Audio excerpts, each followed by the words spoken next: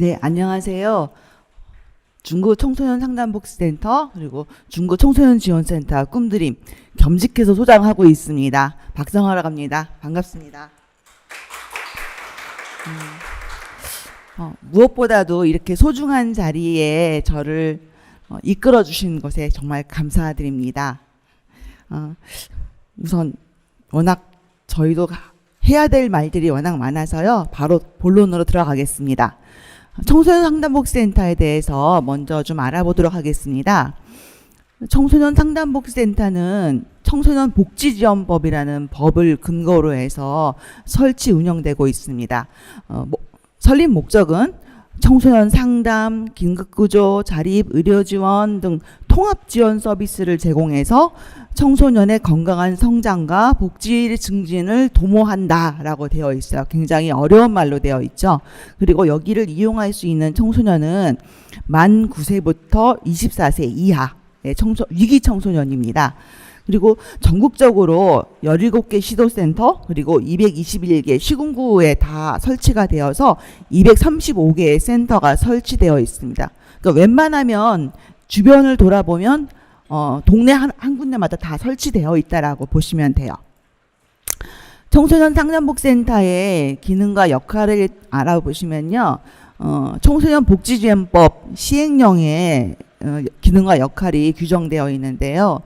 상담 및 복지 지원, 프로그램 개발 및 운영, 청소년 긴급구조, 그리고 주변에 많이 보셨듯 청소년 전화 1388 전화도 운영하기도 하고요. 그리고 청소년의 자립, 의료, 자활, 재활 굉장히 많아요. 그래서 한편으로는 보면 한마디로 요약을 하면 청소년 종합복지관 딱 그런 개념이에요. 그래서 굉장히 많은 역할을 하는데 사실은 굉장히 많은 역할을 하라고 하는 거에 비해서는 저희가 직접 운영할 수 있는 예산이나 인력이 굉장히 열악합니다.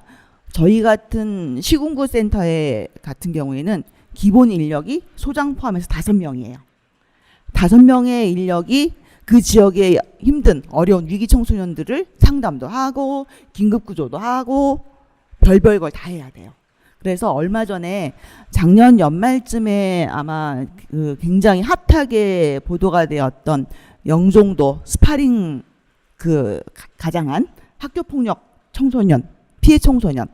그 청소년 같은 경우에 집안이 많이 어려웠어요. 그리고 아이가 굉장히 심하게 다쳤어서 일주일 동안에 그 병원 치료비만도 감당 못할 정도로 부모님이 감당 못할 정도로 과하게 청구되고 어떻게 할 방법이 없어요 라는 얘기를 전해 들어서 저희가 할 수 있는 일이 기간을 연계해서 어떻게 해서든 기금을 모금해서 아이의 병원 치료비라도 지원해 주자.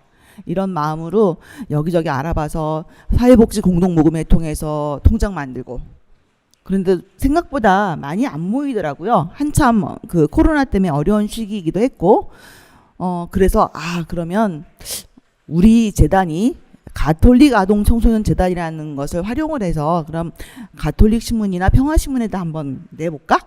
그래서 여쭤봤더니 다행히도 가톨릭 신문에서 기사를 실어줬어요. 그 덕분에 그때 당시 한 7,700만 원 정도? 아마 가톨릭 신문 사상 최고 액수라고 얘기를 들었어요. 그래서 사회복지 공동모금회하고 같이 모은 한 8천만 원 이상 되는 기금을 어머님께 전달해 드렸더니 사실은 이제 주변에서 지역 안에서도 맘카페 이런 데 통해서도 지원을 받긴 했지만 그렇게 큰 액수의 모금액을 받으시면서 어머니가 살짝 울컥해 하시는 그런 모습도 보기도 했습니다.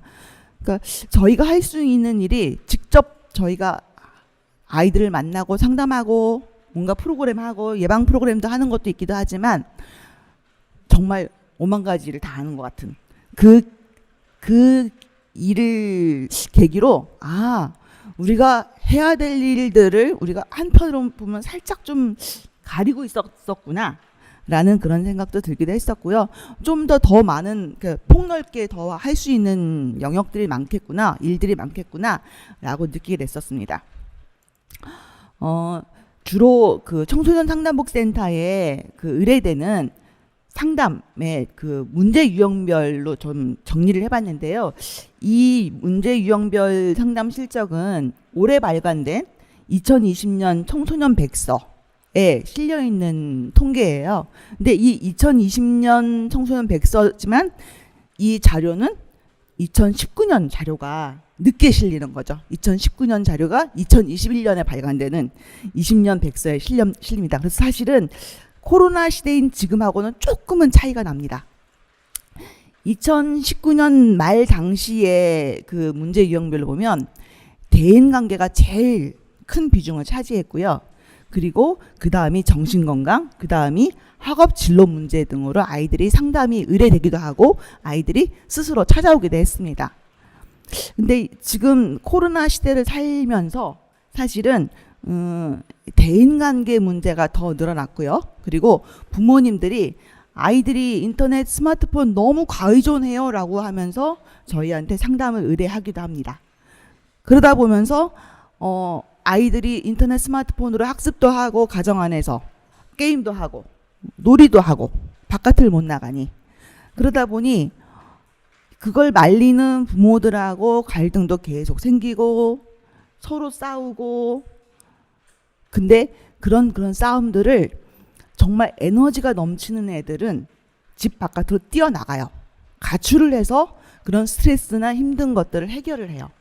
그런데 많은 수의 아이들이 그런 바깥으로 나갈 수 있는 에너지를 가지지 못하다 보니까 집 안에서 자기 몸에다가 자해를 해요. 자해를 하고 심지어는 더 심하면 자살까지도 해요.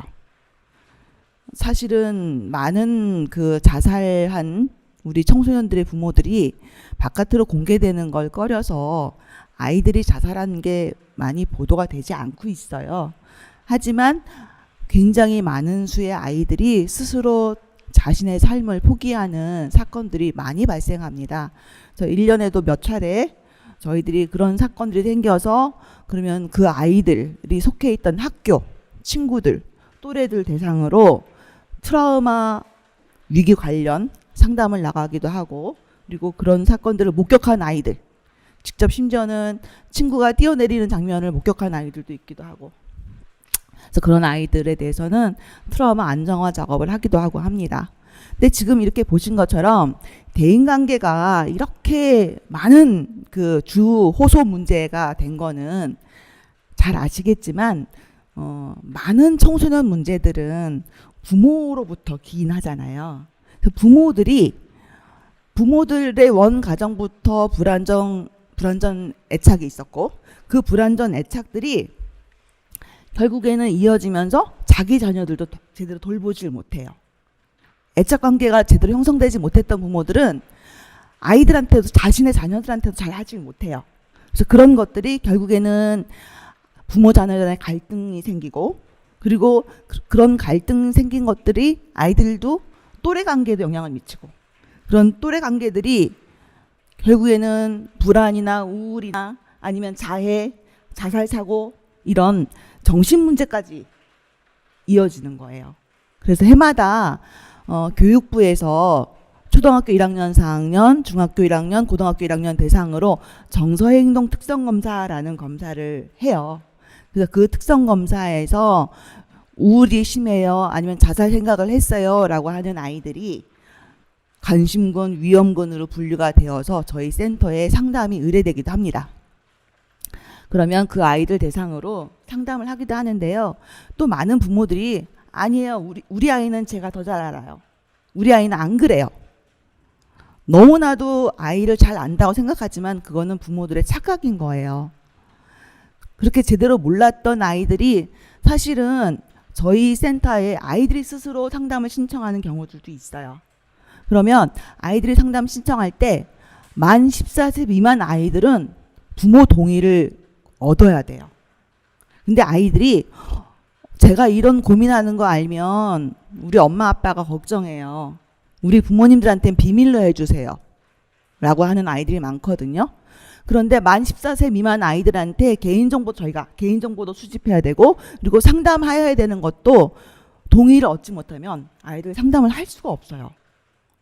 그런 문제도 굉장히 큰 거죠. 그러니까 만 14세만 넘으면 아이들이 와서 선생님 저 조용해요. 비밀이에요. 우리 부모들한테. 저 지금 죽고 싶거든요. 이런 얘기를 하면은 어떻게 해서든 자살에 대한 거, 목숨에 대한 거, 생명에 대한 거는 저희가 상담에서는 비밀을 보장하지만 생명에 관련된 건 얘야 비밀 보장할 수 없어. 그래서 아이를 설득하고 해서 부모한테도 고지하기도 하고 그래서 같이 아이하고 정신과에 의뢰를 한다든가 해서 아이를 살리는 길로 갈 수 있는데 만 14세 미만 아이들은 부모한테는 비밀을 요구하면서 상담하고 싶어요라고 하는데 어떻게 손을 쓸 수가 없어요. 그런 부분에 대한 고민이 사실은 상담복지센터에 있으면서 많은 고민을 가지게 하는 부분이기도 합니다. 그런데 이렇게 그 대인관계나 이런 부분으로 이어졌던 아이들이 결국에는 성장하면서 계속해서 문제 행동들이 소거가 되지 않아요. 저희 센터에 한번 의뢰되어서 상담을 한 세션을 마치고 보통 한 12회기 정도 한 세션을 하는데요. 그 한 회기를 마치고 나면 종교를 좀 해요. 아주 고위기 상황의 아이들이 아니면 대부분 12회기 정도로 종교를 하고 얘야 힘들면 다음에 다시 한번 찾아와 라고 다시 아이를 보내는데 아이들이 대부분의 많이 힘든 아이들은 다시 찾아와요. 그리고 한 세션으로 그 회기가 종결되지도 않고 심한 경우에는 한 1년 가까이 계속 상담을 하는 경우도 있어요. 그런 아이들 같은 경우에는 일단 가정 환경이 안정적이지 않으니까 아무리 센터에서 아이를 심리 정서적으로 안정시키고 자존감을 올려주고 아이에 대해서 충분히 아이가 좋은 방향으로 성장해서 가도 다시 가정으로 돌아가면 너 그렇게밖에 못해. 야 성적 이게 뭐야. 비난만 하는 부모들 그리고 인정해주지 못하는 부모들 이런 부모들 때문에 다시 아이들이 바닥치는 바닥으로 내려가는 거예요. 이 아이들이 또 개중에는 부모들이 그 정신적으로 또 힘든 부모들이 있는 아이들도 있기도 하고 아까 송원섭 신부님 말씀하셨지만 사실 저희도 이렇게 상담하다 보면 차라리 이 아이는 부모가 없는 게 나은 것 같아.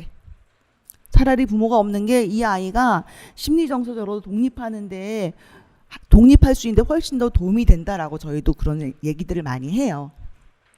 근데 이 아이들이 결국엔 성장하면서 계속해서 가정에서 나쁜 영향을 받다 보면 성인이 되어서는 경계성 성격 장애 정도까지 심하게 가기도 합니다. 그래서 이런 아이들이 계속 진행되다 보면 나중에는 이 아이들을 돌보기 위해서 사회적 비용은 점점 더 많이 필요할 거고 많은 어려움들이 더 생길 수 있다. 근데 사실은 이 아이들이 점점 더 늘어나고 있다라는 것들이 사실은 좀 걱정이 되는 부분이긴 합니다. 제가 있는 중고 청소년 상담복지센터의 사업들을 살짝 보면요. 대부분 상담복지센터의 사업들은 비슷비슷합니다. 거의 매뉴얼화 되어 있고 대신 그 안에서 어떤 형태의 사업으로 그리고 어떻게 아이들과 재밌게 할 수 있나 그리고 좀 더 우리 가톨릭 아동 청소년 재단의 이념들을 반영해서 사업을 할 수 있나 그런 것들을 사업 내용 안에 반영하여서 많이 진행을 하고 있는데요. 기본적으로 저희 센터에서 하는 거는 개인 상담이 제일 첫 번째고요. 그 개인 상담은 센터로 찾아오는 내방 사례를 하기도 하고 그리고 히키코모리처럼 집에서 나오지 않는 아이들이 있어요. 그런 아이들 같은 경우에는 찾아가는 상담이라고 해서 동반자 사업을 진행하기도 하고요. 그리고 저희 센터에는 학교 폭력으로 오는 가해 청소년, 비해 청소년, 그리고 그 아이들의 부모들, 그리고 법원 수강 명령 받은 아이들, 그리고 경찰서에서 연계되는 선도 프로그램 이런 다양한 아이들이 저희 센터로 많이 연계되어서 교육을 받거나 상담을 받거나 그래서 아이들이 조금이라도 더 성장하는 모습을 보게 됩니다. 그리고 통합지원 사업으로 저희가 청소년 안전망이라는 것을 운영하는데요. 이 안에서는 운영위원회도 하기도 하고 그리고 특별지원 청소년이라고 해서 어려운 친구들 만 18세 미만의 아이들한테 여가부에서 예산을 좀 줘요. 그래서 이 아이들이 생활지원이든 아니면 학습지원이든 등등등 몇몇의 카테고리를 나눠서 아이들한테 그 예산을 지원하게 되는데 사실은 특별지원 청소년이라고 하기에는 예산이 너무 작아요. 너무 작아서 이걸 가지고 1년에 이렇게 많은 어려운 아이들한테 얼마나 주라고 하나. 그래서 저희가 속해 있는 중구 같은 경우에는 한 1년에 800여만 원이 조금 넘어요. 너무 작죠. 그래서 이 특별 지원 대상 청소년을 선별해서 운영위원회 통해서 선별해서 한 아이당 한 20만 원 꼴랑 그렇게 지원해서 그나마 그래도 그만큼이라도 어디야라고 하지만 사실은 굉장히 적은 액수이긴 하죠. 그래서 아까 제가 했던 것처럼 이렇게 다른데 광고를 낸다든가 보도를 낸다든가 해서 이렇게 모금 활동해서 아이들을 지원해주는 그런 활동하기도 합니다. 그리고 예방 사업으로는 여러 가지 예방 교육이나 집단 상담하기도 하고요. 그리고 아웃리치 저희도 바깥에 나가서 필요한 아이들 저희가 필요한 아이들에 대해서 아웃리치 사업을 하기도 하고 그리고 또 학교폭력 예방 사업을 특별히 저희 센터 같은 경우에는 구청에서 이 사업비로 한 1,500만 원을 따로 더 주세요. 기본적으로 나오는 사업비보다. 그래서 조금 더 이쪽에 더 특화되어서 사업을 진행하고 있습니다. 네, 요 모습은 저희 개인 상담하는 모습을 살짝 찍어본 모습이에요. 저희 직원입니다. 그리고 요 모습은 저희 센터에는 모래놀이 치료실이 있어요. 그래서 모래놀이 사실은 아이들이 말로 표현하지 않고 힘들어하는 아이들이 있거든요. 그 내면에 있는 것들을 이런 모래놀이 안에 피규어들을 놓으면서 아이들의 심리적인 어려움들을 치료하고 있는데요. 이 모래놀이 치료는 한 아이당 보통 한 20회 이상 진행이 되어야 아이들이 좀 성장이 되어서 종교를 할 수 있습니다. 이 모습은 1388 청소년 지원단 회의라고 아까 얘기했던 통합지원 사업에 해당되는 그런 사업을 했던 회의하는 장면입니다. 요거는 코로나 시대에 접어들면서 작년에는 사실은 갑자기 3월 들어서 상담하지 마세요라고 여가부에서 떨어졌어요.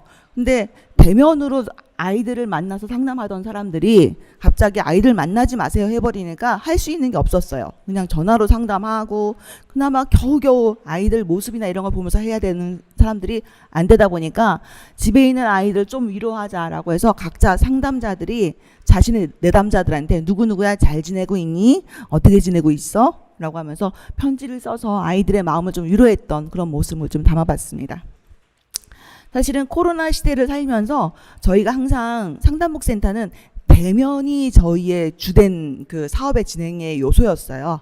근데 이 코로나 시대를 살면서 이제는 비대면으로 전환하는 좀 더 사업을 확장하는 그런 계기가 되긴 했습니다. 그래서 아이들한테 저희 SNS, 페이스북이든 인스타든 이런 걸 통해서 저희 센터를 알리고 그리고 아이들이 필요할 때 상담을 요청할 수 있도록 이런 작업들을 하는 모습을 담아봤습니다. 제가 좀 말이 길었네요. 빨리 진행하겠습니다. 다음으로 청소년 지원센터 꿈드림에 대해서 좀 알아보겠는데요. 제가 청소년 지원센터 꿈드림 해놓고 괄호 안에 학교 밖 청소년 지원센터라고 넣어놨어요. 법적인 명칭은 지금 여기 보시면 학교 밖 청소년 지원에 관한 법률에 의해서 이 센터가 설치되었거든요. 그래서 그 법안에는 학교 밖 청소년 지원센터라고 되어 있어요.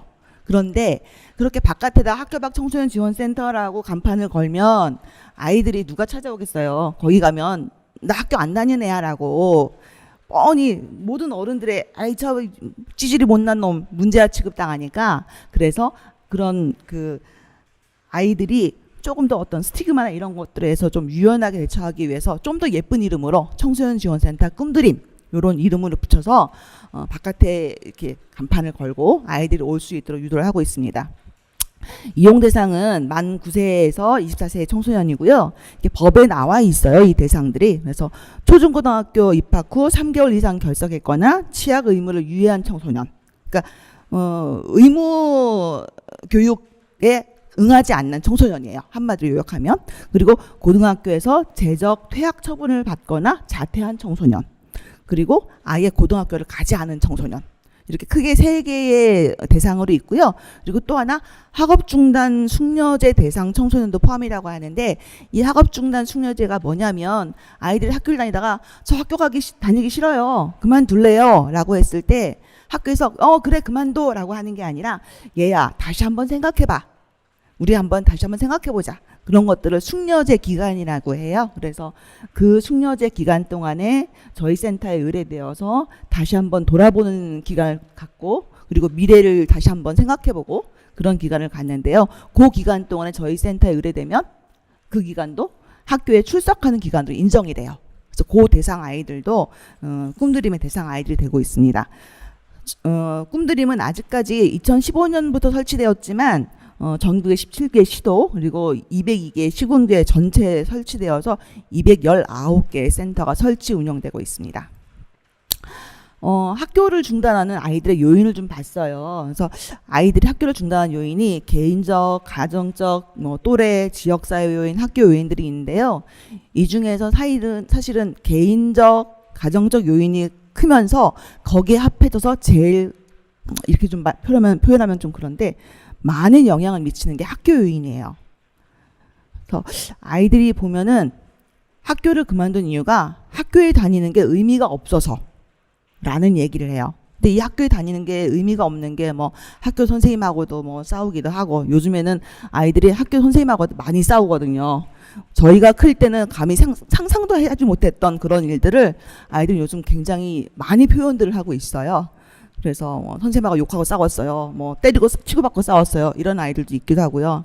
그리고 학교에서 공부를 하는데 아무리 해도 저는 성적이 안 올라요. 학교를 다니는데 의미가 없어요. 그래서 이제 아이들이 학교를 많이 그만두기도 합니다. 학교를 그만두는 걸 보면 사실은 2015년에 꿈드림이 설치 운영됐지만 여전히 학교를 그만두는 아이들은 여전히 늘고 있어요. 초기에는 학교를 그만두는 아이들이 연 7만 명이라고 했었거든요. 근데 사실 실질적인 숫자는 줄긴 했어요. 근데 이거는 청소년 숫자가 줄어서 같이 좀 그 증가율은 늘고 있지만 중단 숫자는 전체적인 숫자는 그래도 줄진 않고 있다라고 보면 되겠습니다. 아이들이 학교를 그만두면서 어떤 계획으로 학교를 그만두니? 라고 물어보면 모르겠어요. 저 아직 모르겠어요. 좀 있어봐야 될 것 같아요.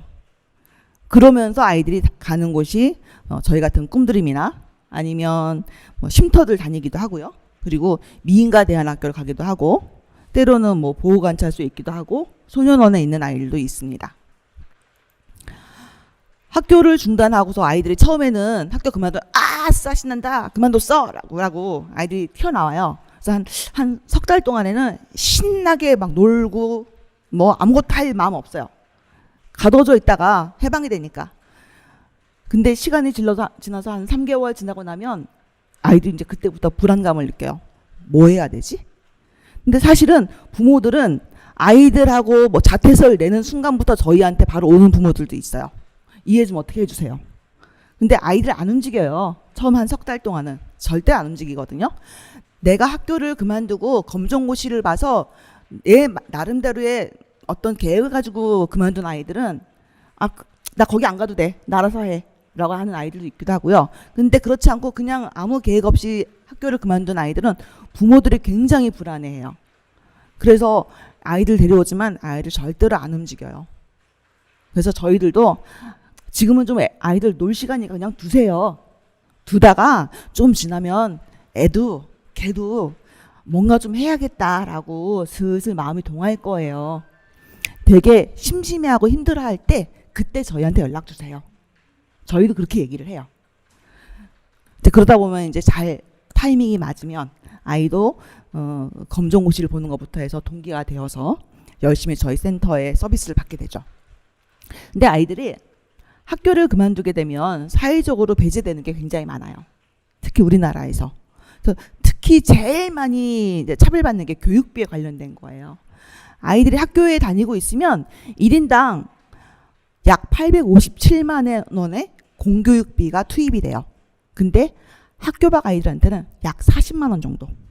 그러니까 저희 센터에 그만큼 지원되는 예산이 작다라는 거죠. 적은 예산을 지원하고 아이들을 잘 가르쳐서 학력도 인정받고 그리고 기술도 배워서 아이들이 건강한 사회 구성원으로 자라게 해라 라고 하지만 예산은 굉장히 작다라는 거죠. 그리고 또 하나가 아이들 굉장히 많은 편견과 차별을 받습니다. 어디 공모전 보시면은 대상이 초중고등학생이라고 되어 있어요. 그냥 청소년이라는 문구가 아니라 모든 대부분의 그런 공고에는 초중고등학생 대상이고요. 그리고 언론 보도들이 나는 것들이 대부분 학교 밖 청소년에 대한 부정적인 이미지만 되게 많이 실어요. 몇 년 전에 있었던 연수구 청소년, 학교 밖 청소년 그 초등학생 살해 사건 때도 굉장히 이슈가 크게 됐었는데, 그때도 그 아이가 학교 밖 아이였다라는 거에 초점을 맞춰서 보도가 됐었어요. 그래서 학교 밖 아이들은 문제야, 그리고 어떤 그 비정상적인 아이들, 이런 식으로 사회적으로 인식을 받게 되죠. 그러면서 아이들이 뭔가 아르바이트를 해서 용돈벌이라도 하고 싶은데, 거기서도 아예 학교를 그만뒀으면 서류 탈락, 아예 이력서도 봐주지도 않고 이렇게 너 가봐, 아예 그런 기회도 박탈당하죠. 이런 그 사회적 배려를 받고 있는 것이, 배제를 받고 있는 것이 지금의 학교 밖 청소년들의 상황입니다. 저희 꿈드림의 아이들이 연계가 되면 사실은 교육청에서, 지금 현재는 교육청에서 아이들의 정보가 저희 센터로 연계가 돼요, 시스템상. 그래서 아이들이 싫든 좋든 연계가 되는데요. 근데 무조건 연계가 되는 거는 올해 9월부터 변경되긴 했는데, 그 의무교육 대상인 초등학교, 중학교 아이들은 자동적으로 부모가 동의를 했던 안 했던 저희 센터로 아이들에 대한 정보가 넘어와요. 근데 그래서 넘겨진 정보로 6개월 안에 저희 센터에서 서비스를 받는 거에 대한 거를, 개인정보에 대한 것들을 동의를 받아야 돼요. 그렇지 않으면, 그 6개월 동안 그 정보를 동의받지 않으면 그 개인정보, 저희가 받았던 개인정보를 파쇄시켜야 되는데, 앞으로는 그 개인정보 유출에 대한 것들로 저희 센터가 많이 이슈가 문제되지 않을까라는 좀 걱정을 하고 있습니다. 근데 고등학교 이상 아이들은 학교를 그만두면 학교에서 적극적으로 선생님들이 법률성으로는 이렇게 해서 안내를 하라고 되어 있고, 아이들도 그 자리에 사인을 하기 전에 안내를 받지만 여기서 들어서 일로 빼는 게 대부분의 아이들이거든요. 그래서 부모들이 적극적으로 손잡고 끌어오지 않으면 아이들이 저희 센터에 연계되는 게 사실 좀 많이 힘들기도 하고요. 아이들이 학교를 그만두게 되면 제일 첫 번째의 목적이 학력 취득이에요. 저희 센터에 오면은 그 공부하고 싶다라는 게 주로 이제 학력 취득해서 검정고시 통해서 학력을 취득해서 고졸이 되면 그 아이의 경우에 따라서는 대학을 입학하는 아이들도 있기도 하고, 때로는 자격증을 취득하거나 아니면 여러 가지 직업 체험이나 이런 다양한 저희 프로그램을 통해서 자립할 수 있는 데까지 그렇게 가고 있습니다. 그래서 저희 프로그램 중에는 학교를 다니는 아이들은 적어도 1년에 한 번씩 건강검진 받거든요. 근데 아이들이 학교를 그만둔 다음부터는 건강검진이라는 프로그램이 없어요. 성인들도 만 20세 이상이면 1년에 한 번씩, 2년에 한 번씩 건강검진 받잖아요, 의무적으로. 국가 건강검진 보험에서 통해서. 그래서 몇 년 전부터 학교 밖 아이들도 건강검진을 받는 것도 같이 저희 프로그램 안에 들어가 있습니다. 예, 요것도 저희 처음 초기에 아이들 오면 저희 센터 직원이 아이들 어떤 아이의 아이가 원하는 것들을, 진로에 대해서 파악하는 그런 초기 상담 장면이고요. 요거는 아이들 학업 지원하는 장면이에요. 와서 검정고시 대비해서 열심히 공부하고 있는 모습이고요. 이거는 사회 진입을 위해서 아이들이 기술이나 아니면 어떤 자격증 취득 이런 걸 하기 위해서, 지금 이 장면은 앙금플라워라는 민간 자격증이긴 한데요. 아이들이 굉장히 재밌어하고, 그리고 이런 분야로 나가서 뭐 취업을 하기도 하고 했던 그런 모습이기도 합니다. 또 이게 발판이 되어서 관련 자격증을 같이, 뭐 바리스타나 이런 자격증까지 같이 취득해서 조금 더 그 취업의 폭이 넓어지기도 하기도 합니다.